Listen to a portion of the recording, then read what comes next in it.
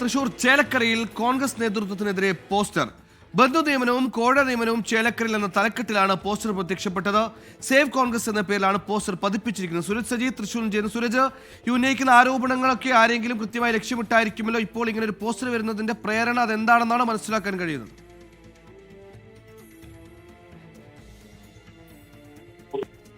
ചേലക്കരയിലെ വിവിധ ഇടങ്ങളിൽ പതിപ്പിച്ചിരിക്കുന്നത് ബന്ധു നിയമനവും കോഴ നിയമനവും ചേലക്കരയിൽ എന്ന തലക്കെട്ടിലാണ് ഈ പോസ്റ്റർ. അത് ഈ സഹകരണ ബാങ്കിലെ നിയമനവുമായി ബന്ധപ്പെട്ടുകൊണ്ടാണ് ഇപ്പോൾ ഈ പോസ്റ്റർ പതിപ്പിച്ചിരിക്കുന്നത്. സഹകരണ ബാങ്കുകളിൽ ബന്ധുക്കളെ നിയമിക്കുന്നു, അതോടൊപ്പം തന്നെ നിയമന ഈ പ്രസ്ഥാനത്തിന് വേണ്ടി ജീവിച്ചവരെ ഒഴിവാക്കുന്നു എന്ന തരത്തിലുള്ള കാര്യങ്ങൾ ചൂണ്ടിക്കാണിച്ചുകൊണ്ടാണ് പോസ്റ്റർ. മുതിർന്ന കോൺഗ്രസ് നേതാവും DCC ജനറൽ സെക്രട്ടറിയുമായ ജോണി മണിച്ചിറയുടെ മരുമകളെ ഈ തലപ്പള്ളി കാർഷിക ബാങ്കിൽ അനുവദിക്കില്ല എന്നും പോസ്റ്ററിൽ പറയുന്നു.